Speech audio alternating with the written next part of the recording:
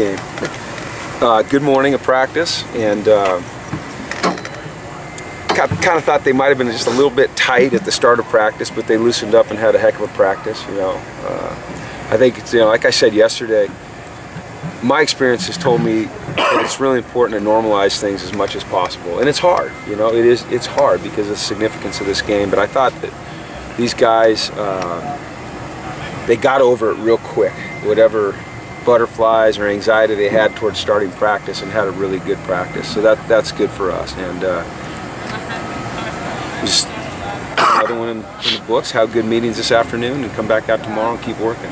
So there's no magic here. You just got to go out and execute and play good football and do what you're supposed to do. Do your job, play hard, make tackles, make the blocks, make the catches, protect the quarterback, get after the quarterback, protect the ball, get after the ball.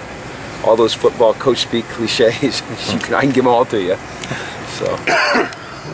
You talk often about preparing for a scheme rather than players. How is it more difficult with a team like this with so many players like that?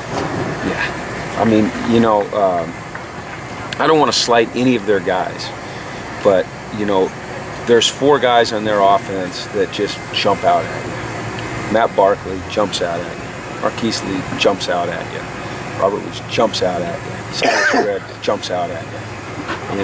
And so I still think that it's important that you learn the scheme, because that's ultimately what's going to help you have success. But with a team like this, if you don't put a little extra emphasis on those guys, they can really get after you.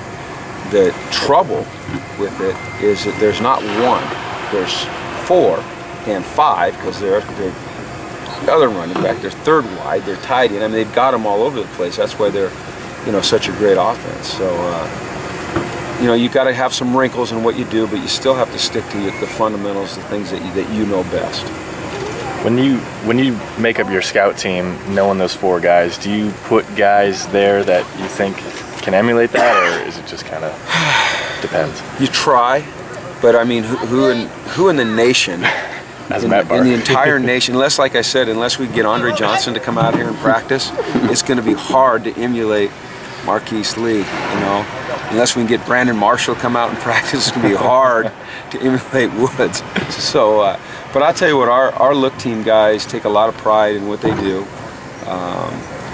Jerry Neuheisel has been just a star all year on scout team, and it's fun to watch him work and kind of adopt the personality of the quarterback that we're facing. I think he takes a lot of pride in it, and I think he pushes our defense and forces us to be right on it. He's been a real asset to our defense this year. Jerry Neuheisel has, just with the way he emulates the opponent's quarterback. This week he didn't have to dye his hair either. That's emulating the quarterback. No, I asked him if he could just cut it, though. Cut it? Yeah, cut it down like Matt's.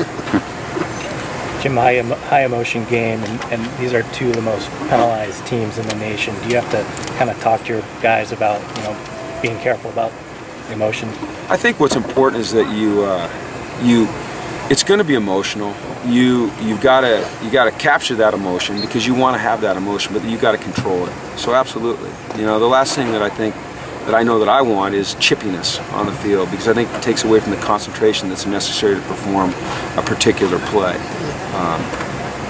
Like I said yesterday, the penalties that are penalties we address. The penalties that we don't think are penalties, what can you say? But the chippiness is something that we'll try at all costs to avoid.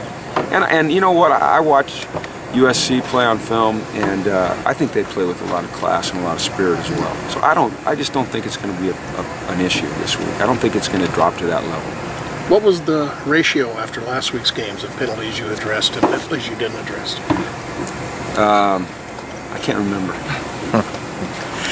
Did the number of flags last week, was that part of what kind of disrupted your guys' timing and your flow a little at all, or?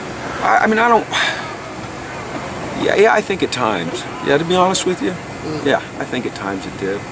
There were some things going on out there that were pretty interesting, but I think it was really good for us to go through that, because it teaches us the importance of playing through it and not letting it be a distraction. So sometimes things like that, especially when you get away with a win, they can help you grow emotionally, because it's something you can point to. You say, hey, there's certain things in a game you can't control, and you have to be able to play through it. So I always look at it as a kind of a blessing in disguise, as long as you get the win. They've had some trouble with turnovers, and Barkley leads the Pac-12 in interceptions. Do you feel like that'll be a big part of this game, that whoever can win that turnover battle might have an advantage? Well, I think if you look historically at football games, if you look at the win-loss ratio as it relates to turnover ratio, there's a huge correlation. One of the reasons that Matt Barkley has had a couple turnovers is because he's fearless. It's one of the things I respect about him so much, is that he's got great confidence in himself, and he's got great confidence in his scheme, and he's got great confidence in his receivers. He's not afraid to put it in there. And, you know, great quarterbacks play that way sometimes. You know, they sometimes throw some interceptions just because they're going to take the shot. They believe so much in themselves. And he's also made some great throws, you know, to his own guys.